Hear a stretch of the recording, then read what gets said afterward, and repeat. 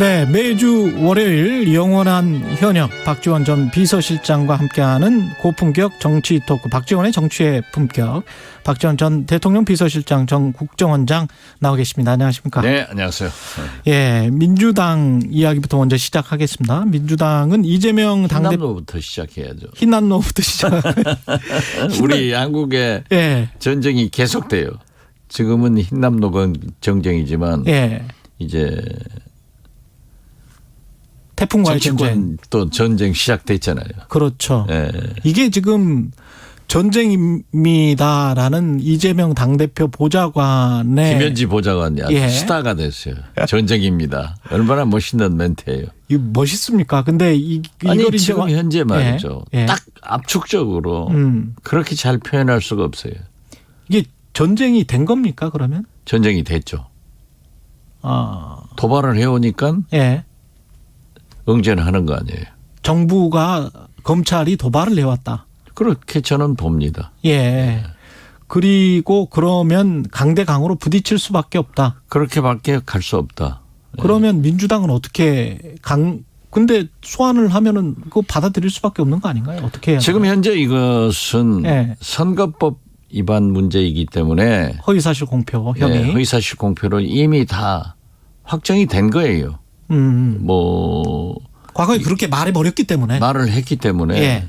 그렇기 때문에 제가 볼 때는 이재명 대표가 구태여 저는 검찰에 안 나가리라고 봅니다. 오늘 의총에서도 대개 보면은 국회라고 하는 것은 의원총회를 소집하면은 그건 강경 대응이에요.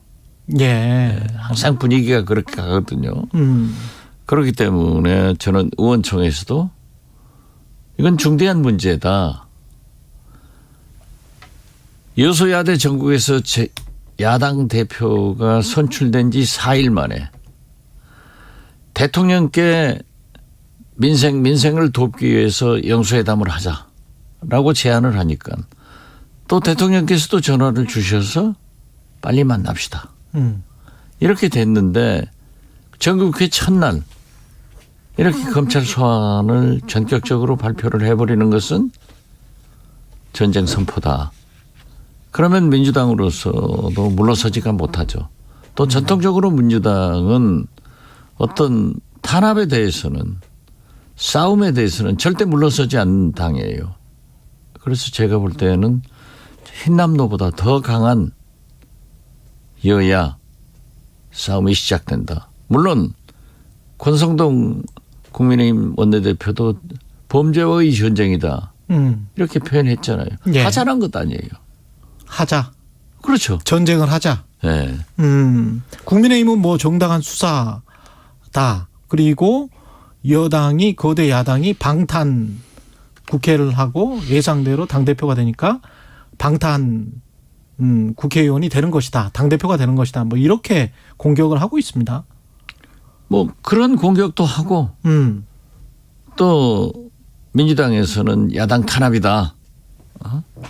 우리는 민생 대통령과 협조하려고 했지만은 협치를 거부하고 야당을 탄압하냐. 이건 있을 수 없다.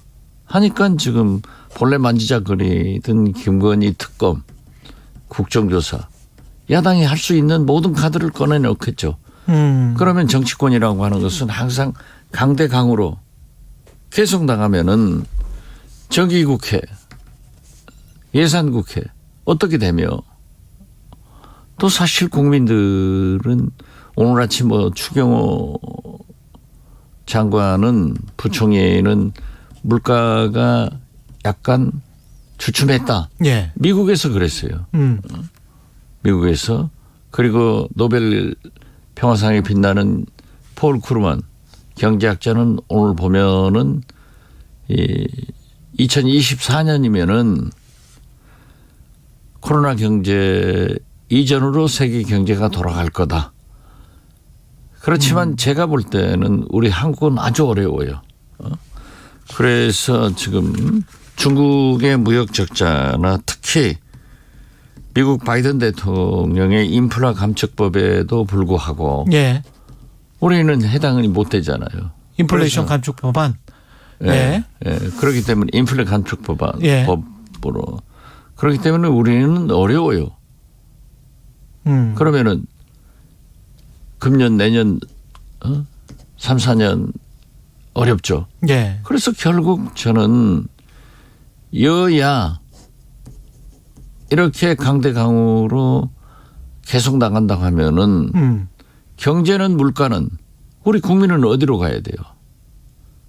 그래서 저는 이걸 해결하실 분은 딱 한 분밖에 없어요. 누굽니까? 윤석열 대통령이죠. 아, 대통령이. 예. 그래서 저는 처음부터 사정은 간단하고 신속하게 하지 말라는 게 아니에요. 경제 물가로 가야 됩니다. 이건 큰일이죠. 그 사정 간단하고 신속하게 그렇게 말씀을 하신다면 그럼 역으로 이야기해서 그냥 소환 조상 응해버리고 나는 뭐 떳떳하다 이렇게 그냥 당당하게 지금 저기 나가는 게 그렇지 않잖아요. 아, 나가는 정부의 검찰이 예. 정부에서 나가는 게 그렇지 않잖아요. 그럼 관련해서 야당인 민주당은 김건희 특검으로 대응을 하면서 이른바 이제 이재명 당대표는 그 대선 전부터 이야기했던 이른바 쌍특검을 주장하는 것 같은데 그렇게 갈 수밖에 없는 겁니까 그러면 앞으로 전국은? 저 처음부터 그러잖아요. 처음부터. 네. 아. 이게 나가면은 민주당은 반드시 김건희 여사 장모님 문제 등을 가지고 나올 거다. 그리고 특검. 주가 조작 다시 주가 조작 그렇죠. 예. 지금 현재 도이치모터스 주가 조작 가지고 예. 문제가 되고 있잖아요.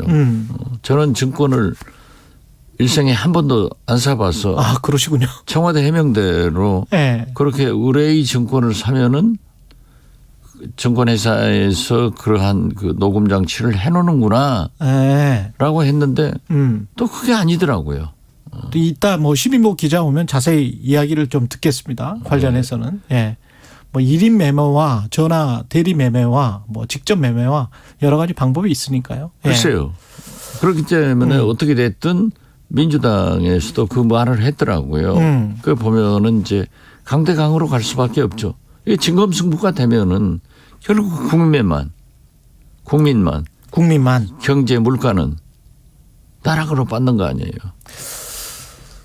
근데 정치적으로 봤을 때는 이렇게 되면 아무래도 집권 여당인 힘이 있는 권력이 있는 쪽이 유리하지 않습니까?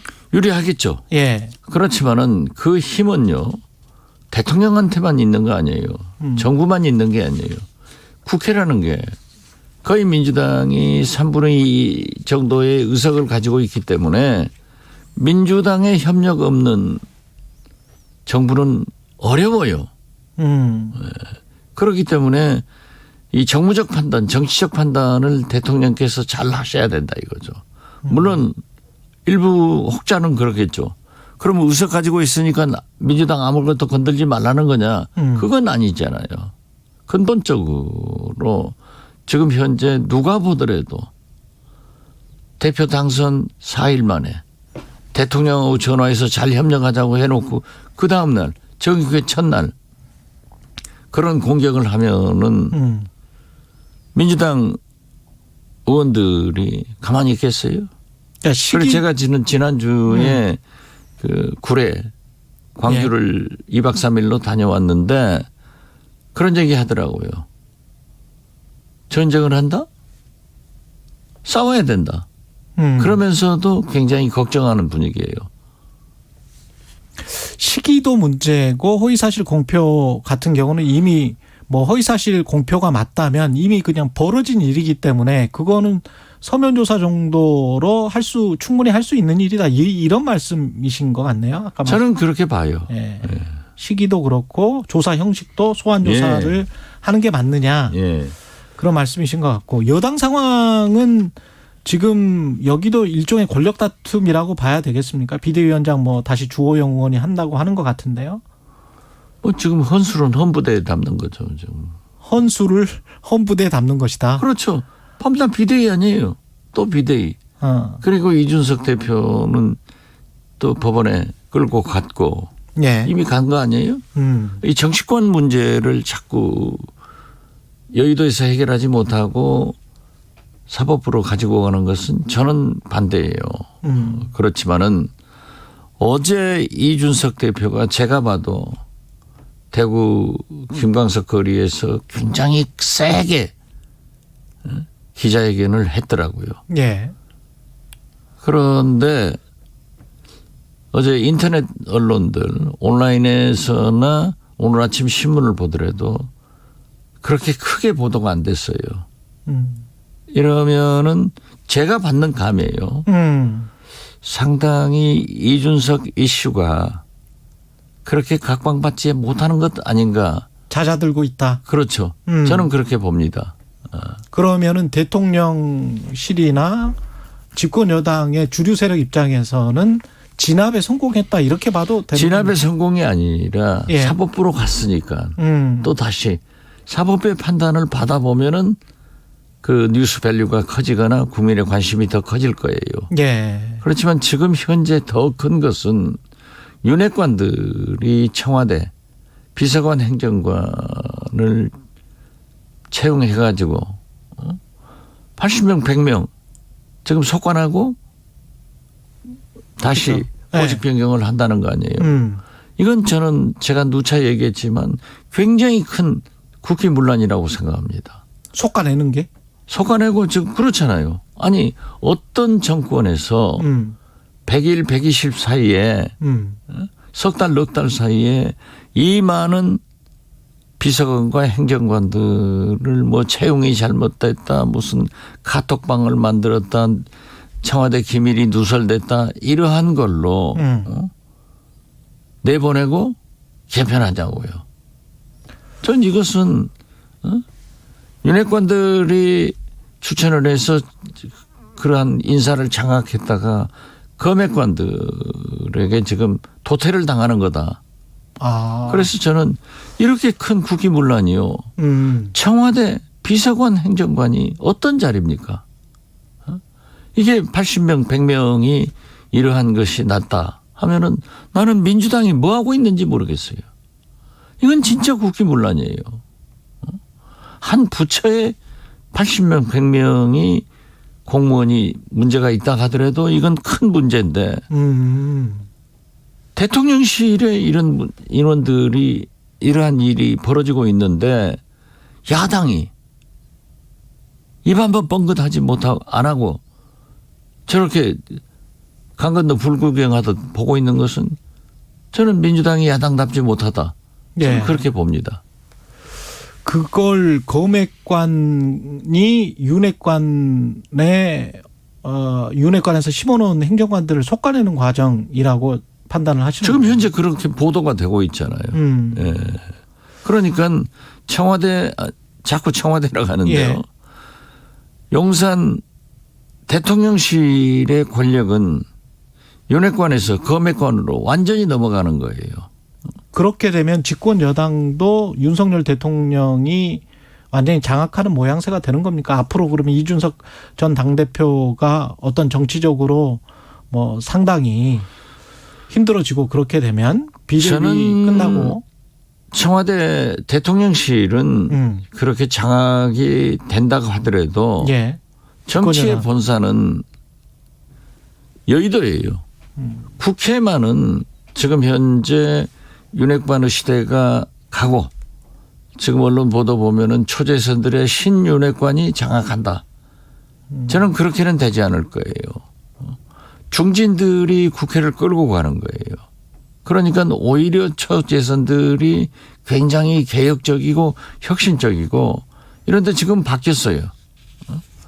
국민의힘 중진들은 개혁적으로 이건 아니다 라고 하는데 초재선들은 아무튼 윤심을 따라서 움직이고 있잖아요.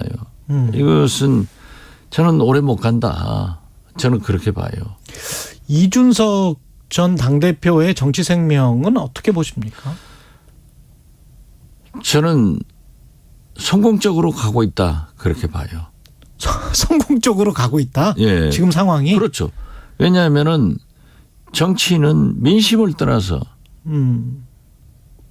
물을 떠나서 물고기가 못 살지 않습니까? 못 삽니다. 그런데 민심에 서포트를 받고 있잖아요. 그러니까 때릴수록 커진 그렇죠. 현상은 계속될 것이다. 그리고 참 재미있는 현상이 거듭 말씀드리지만은 차기 국민의힘 당대표로 이준석 전 대표와 궤를 같이 하고 있는 유승민, 그렇죠. 이준석 예. 이 두 분이 앞서가잖아요. 예. 그런다고 하면은 물론 당대표는 당심이 더 중요하다라고 하지만은 절대 당심은 민심을 거역할 수가 없습니다. 자기들도 선거를 해야 되거든요. 예. 그렇기 때문에 시간이 가면은 상당히 어려운 현상이 저는 정치권으로부터 야당으로부터도 여당 내부로부터도 윤석열 대통령은 맞이하게 된다. 그런데 당장의 차기 당대표는 이준석 그 전 당대표가 되기는 힘들 것이고 본인도 아마 생각하지 않을 거예요. 그렇죠. 예. 그러면 누가 되리라고 보십니까? 그래도 저는 자꾸 유승민 전 의원을 잘 생각해 본다 이런 말씀을 차기 했어요. 당대표를. 그렇죠. 근데 또 대통령실이나 이른바 윤핵관 의원들이 가만히 있지 않을 것 같은데. 가만 안 있으면 어떻게 할 거예요? 민심을 끌고 갈 거예요? 어떻게 됐든 지금 현재 제일 앞서가잖아요. 거듭 말씀드리지만은 이재명 민주당 대표만 하더라도 예. 민심이 이재명 대표를 지지하고 있지 않습니까? 당 대표도 거기는 당심까지 80%가 같이 지지를 해줬는데 예. 지금 지난주 갤럽 여론조사 보면은 차기 대통령 감으로 이재명 대표가 27% 그리고 2등으로 한동훈 법무장관이 9%, 예. 홍준표, 안철수, 오세훈 각각 4%. 이걸 보면은 민심이 어디 있는 거 알잖아요. 그렇기 때문에 이재명 대표도 민주당도 민심을 보고 강하게 나가는 거죠. 이 관련해서 여론조사 결과는 김봉신의 눈에 나오니까요. 그때 또 말씀을 드리겠습니다. 시간이 얼마 없어서 이쯤에서 마무리를 해야 될 것 같습니다. 제주도 현지도 지금 연결을 해야 되고 태풍 때문에. 네. 예. 뭐 정부에서 흰남노 좀 잘 대비해 줬으면 좋겠습니다. 예. 여기까지 듣겠습니다. 영원한 현역 정치의 품격 박지원 전 원장님이었습니다. 고맙습니다. 네, 감사합니다. 예. 오늘 하루 이슈의 중심. 당신의 아침을 책임지는 직격